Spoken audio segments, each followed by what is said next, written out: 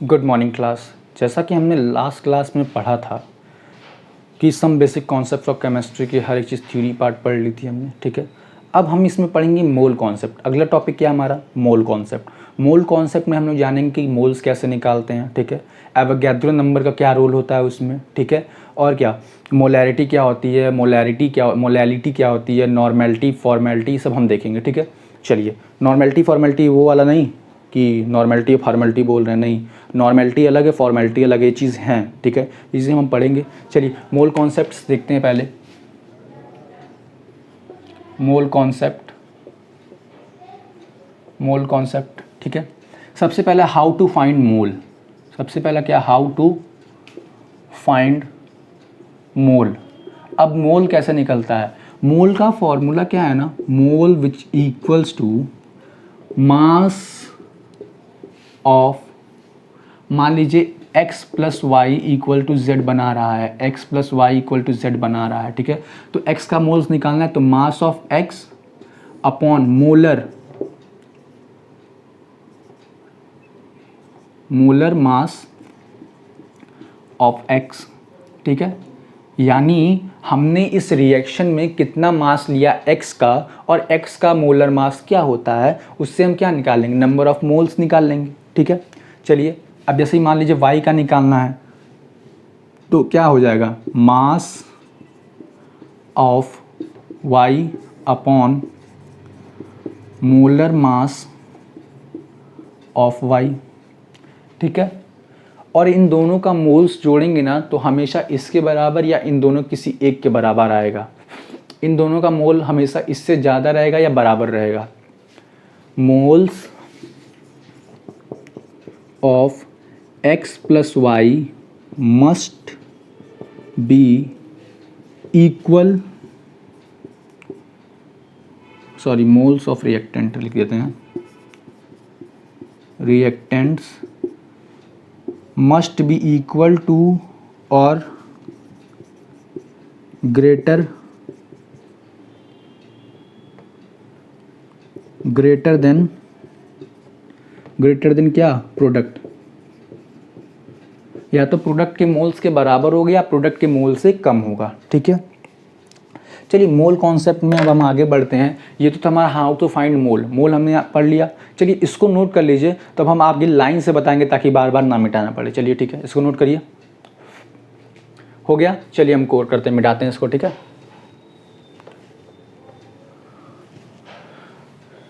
ये मोल वाला टॉपिक जो है बहुत इंपॉर्टेंट है। पूरी केमिस्ट्री में आपका ये पीछा नहीं छोड़ेगा जब तक आप फिजिकल केमिस्ट्री या इनऑर्गेनिक केमिस्ट्री के साथ पढ़ रहे हैं, तो आपका ये पीछा नहीं छोड़ेगा कभी भी ज़िंदगी भर, ठीक है। चलिए तो हम लोग इसको देखेंगे आगे। आगे क्या है? कंसंट्रेशन टर्म्स हैं। आगे क्या है? कंसंट्रेशन टर्म्स हैं, ठीक है। इसको बोर्ड को हम दो पार्ट में डिवाइड कर देते हैं सबसे पहले, ठीक है। चलिए पहला देखिए क्या है, mass by mass percentage. Mass by mass percentage ये क्या होता है? चलिए इसको देखिए, mass of solute upon mass of solution, ठीक है। इसको क्या बोलते हैं? मास बाय मास परसेंटेज बोलते हैं, ठीक है। Mass of solute upon mass of solution is called mass by mass percentage, ठीक है। अब जैसे मान लीजिए हमने क्या लिया, A plus B is equals to C बन रहा है हमारा, ठीक है। अब हमें A का मास कितना लिया है? 10 ग्राम लिया है, और सॉल्यूशन कितना बन रहा है?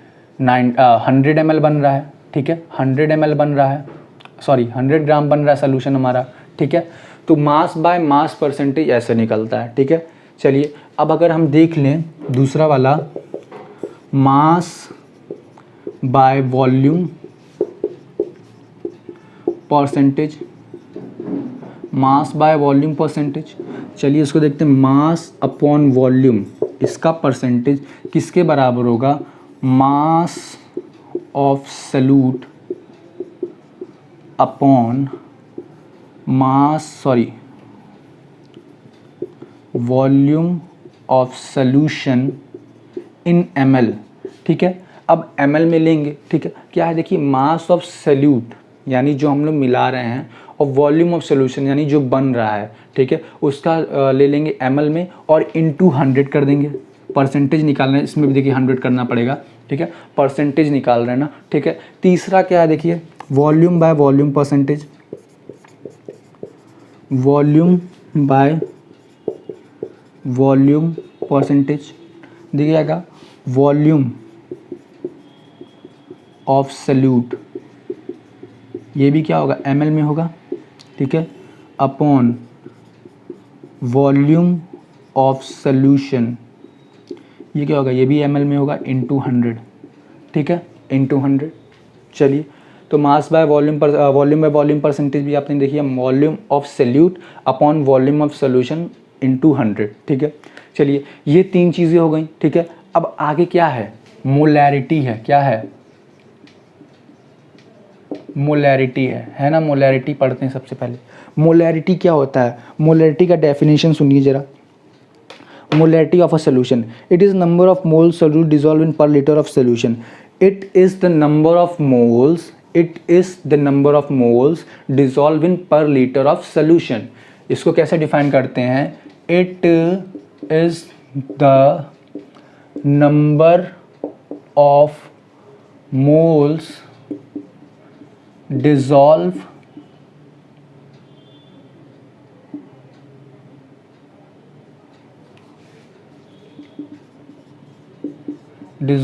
in per litre of solution. यानी क्या हो जाएगा, देखो मोलैरिटी क्या हो जाएगा, मोलैरिटी क्या हो जाएगा, number of moles of solute upon volume of solution in litres.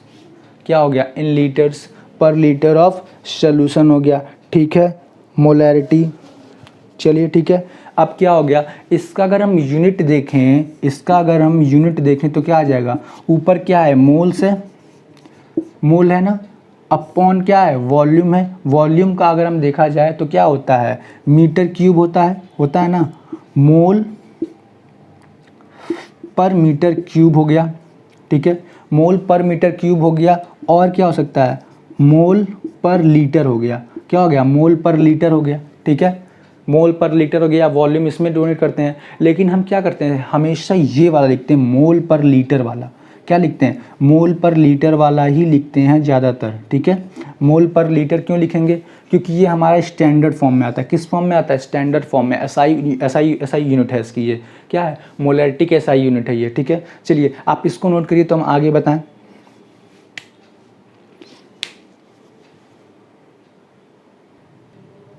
चलिए आप लोग का इतना नोट हो गया, अब आगे देखते हैं क्या हो रहा है। देखिए आगे क्या है, नॉर्मैलिटी है। क्या है, नॉर्मैलिटी है। ये भी बहुत सिंपल है, कुछ ऐसा हार्ड चीज़ नहीं है, ठीक है।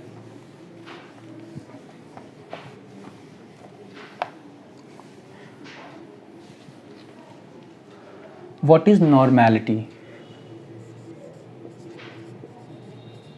नॉर्मैलिटी क्या है, देखिए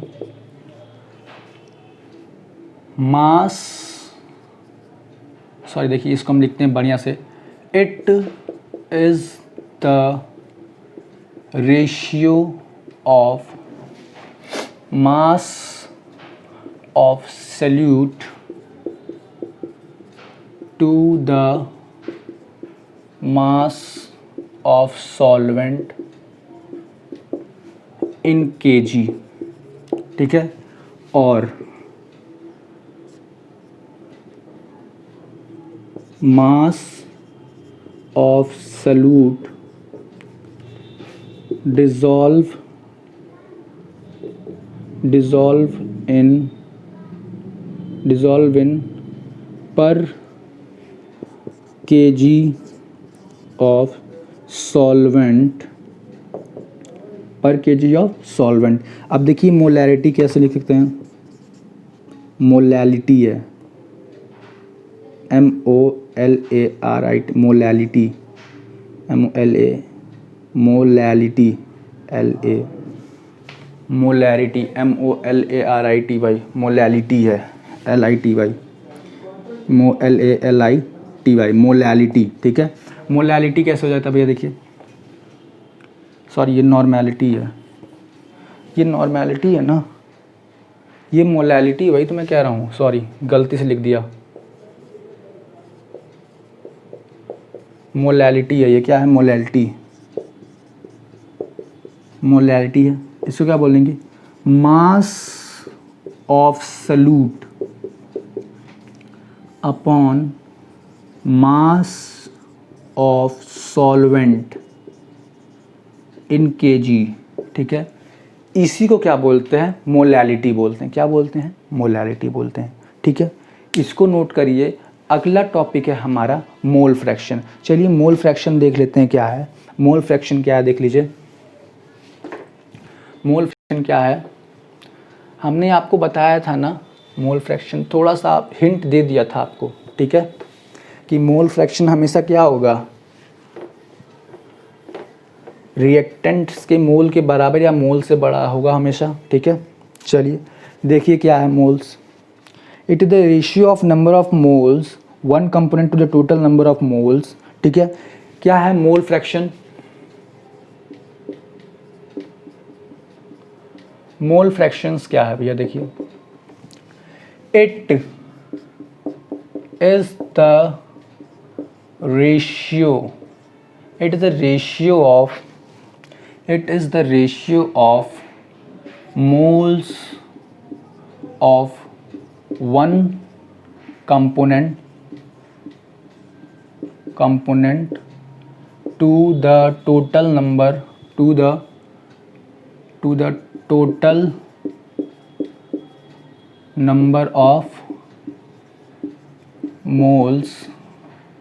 ठीक, इसका क्या मतलब हो गया, यानी अगर A plus B is equals to C बना रहा है, A plus B equals to C बना रहा है, इसका x मोल है, इसका y मोल है, इसका z मोल है, तो अगर हम A का मोल फ्रैक्शन निकालेंगे, A का मोल फ्रैक्शन निकालना तो क्या हो जाएगा, x अपॉन क्या हो जाएगा, अगर ये x प्लस क्या हो जाएगा, टोटल नंबर ऑफ मोल्स कितने हैं भैया, x plus y plus z है ना, टोटल नंबर ऑफ मोल्स क्या हो जाएंगे, z के बराबर हो जाएंगे हमेशा। ठीक है, तो क्या हो गया, यही होता है टोटल नंबर ऑफ मोल्स। ठीक है, टोटल नंबर ऑफ मोल्स हो जाएगा। या फिर अगर x plus Y equal to z है, ये कंडीशन तब फॉलो होगा, अगर ये फॉलो नहीं हो रहा तो क्या हो जाएगा, x प्लस वाई हो जाएगा।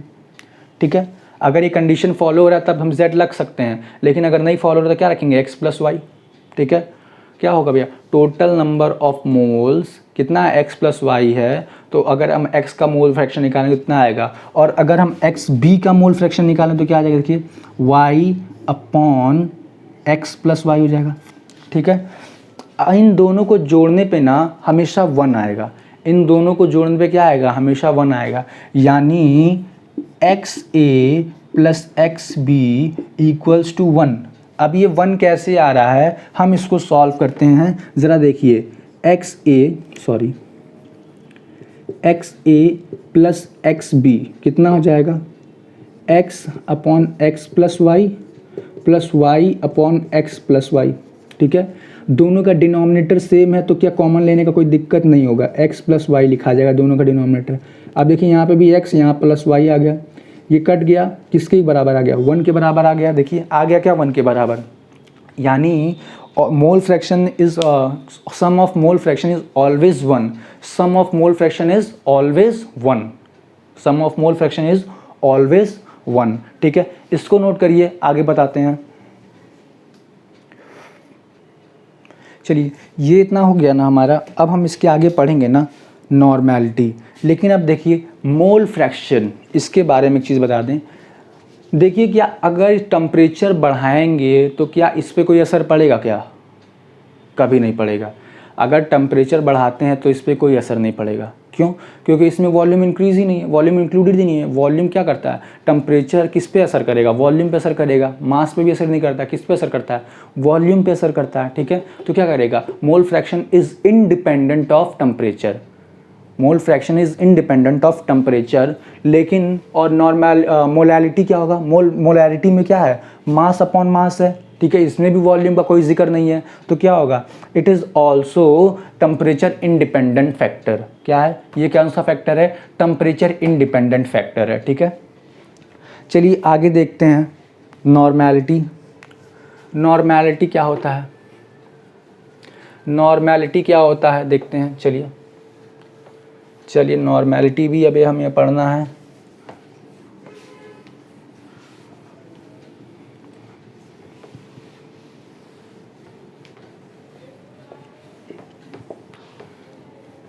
चलिए नॉर्मेलिटी भी हम पढ़ लेते हैं इस बार। अब ये चैप्टर ना लगभग ख़त्म ही है। ठीक है, एक दो लेक्चर्स और लगेंगे, इस लेक्चर के बाद ये चैप्टर ख़त्म हो जाएगा। फिर हम अपने मेन टॉपिक्स के आएंगे, 11th के मेन टॉपिक्स में आएंगे। ठीक है, अभी ये सब बेसिक्स चल रहा है। क्या चल रहा है, बेसिक्स चल रहा है। देखिए नॉर्मेलिटी, नॉर्मेलिटी ये क्या होता है, नॉर्मेलिटी क्या होता है, देखिए नॉर्मेलिटी इट इज, देखिए मास, सॉरी देखिए इक्विवेलेंट मास होता है, equivalent mass of solute in grams divided by volume of solution। ठीक है, इन लीटर्स। क्या है, volume of solution in litre. क्या है, नॉर्मेलिटी क्या होता है, इक्विवेलेंट मास के बराबर। क्या होता है normality, normality is equals to equivalent mass of solute in grams upon volume of solution in liters, ठीक है, अगर ये लीटर में ना देखिए ml में दिया हो तो क्या करेंगे, इक्विवेलेंट मास ऑफ सल्यूट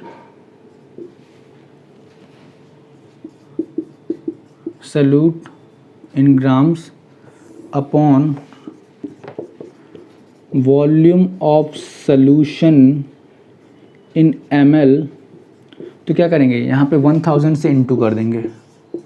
ठीक है, क्या करेंगे 1000 से इंटू कर देंगे। ये क्या होती है, नॉर्मेलिटी होती है। अब देखिए नॉर्मेलिटी में क्या वॉल्यूम का फैक्टर एडेड है, क्या देखिए नॉर्मेलिटी पे वॉल्यूम का फैक्टर एडेड है। जब इसमें वॉल्यूम आ गया तो ये क्या हो गया, जब इसमें वॉल्यूम आ गया तो क्या हो गया, टेम्परेचर डिपेंडेंट, इट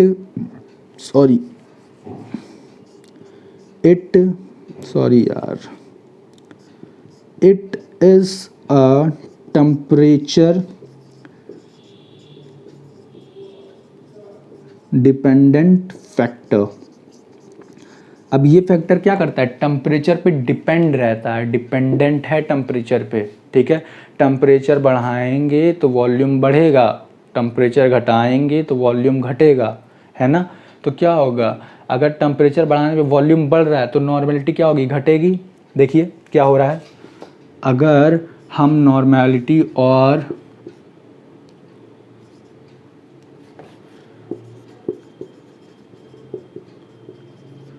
नॉर्मेलिटी का देख रहे हैं। ठीक है, अगर टेम्परेचर बढ़ाएं, ठीक है, तो नॉर्मेलिटी क्या होगा, घटेगा।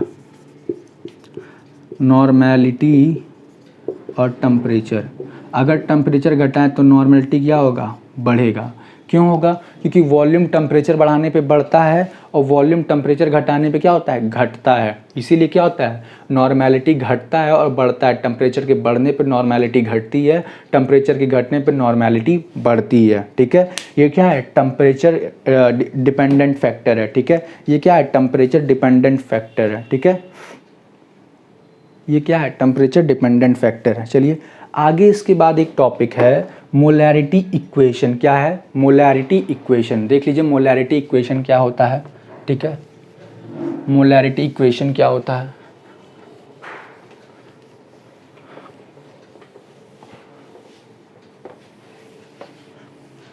मोलैरिटी इक्वेशन देख लें क्या होता है। सबसे पहले हम ये देखेंगे, ये भी कुछ नहीं है, बहुत सिंपल है, ठीक है। चलिए देखिए क्या होता है मोलैरिटी इक्वेशन। मोलैरिटी इक्वेशन, ठीक है, ये बोलता है कि वॉल्यूम क्या, देखिए अगर हम A से B पे जा रहे हैं, ठीक है, A से कहाँ जा रहे हैं, B पे जा रहे हैं, अगर A plus B is equals to C plus d है, A plus B is equals to C plus d है, तो क्या होगा, अगर इसका मोलैरिटी M है और इसका वॉल्यूम V है, इसका मोलैरिटी M2 है, इसका मोलैरिटी वॉल्यूम V2 है, ठीक है, क्या है, ठीक है, ये चीज़ें हैं।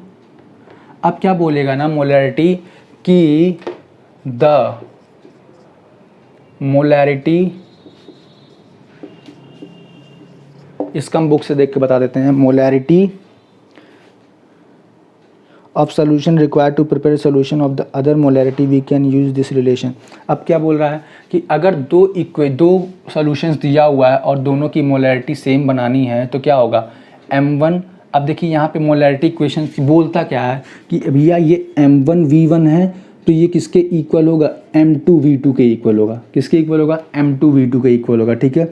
अब यहाँ M1 इज इक्वल टू क्या आ जाएगा, M2 V2 अपॉन V1, ठीक है, M2 V2 अपॉन V1। अगर ये वॉल्यूम इक्वल हो गया तो मोलैरिटी भी क्या होगा, इक्वल हो जाएगा। अगर मोलैरिटी इक्वल हो गया तो वॉल्यूम भी क्या हो जाएगा, इक्वल हो जाएगा ना, ठीक है। इससे ये चीज़ समझ गए ना आप लोग, ठीक है। अब M क्या है, M क्या है, M1 क्या है, molarity of solution 1, volume V1 क्या है, वॉल्यूम ऑफ सॉल्यूशन 1, ठीक है। M2 क्या है, मोलैरिटी ऑफ सॉल्यूशन 2, और V2 क्या है, वॉल्यूम ऑफ सॉल्यूशन 2, ठीक है। अब एक चीज़ और देखिए, molarity is a temperature dependent और नॉट। क्यों टेम्परेचर डिपेंडेंट है, क्यों डिपेंडेंट है, क्योंकि उसमें वॉल्यूम वाला फैक्टर है। टेम्परेचर डिपेंडेंट है तो उसमें वॉल्यूम वाला फैक्टर है। ये क्या, मोलैरिटी एक स्पेसिफिक टेम्परेचर पे ही फाइंड किया जाएगा, अलग अलग टेम्परेचर पे अलग अलग मोलैरिटी आएगा, ठीक है। देखिए अगर हम टेम्परेचर बढ़ाएंगे तो मोलैरिटी क्या होगा, घटेगा। अगर हम टेम्परेचर घटाएंगे तो मोलैरिटी क्या होगा, बढ़ेगा, ठीक है। तो यही सब चीज़ें हैं, ठीक है, इस चैप्टर के लिए। चलिए यहाँ तक आप लोग नोट करिए, अब अगली बातें हम अगले लेक्चर में करेंगे, ठीक है। आज के लिए इतना बहुत है, ठीक है। चलिए इसको आप पढ़ते रहिएगा, समझते रहिएगा, ठीक है। चलिए।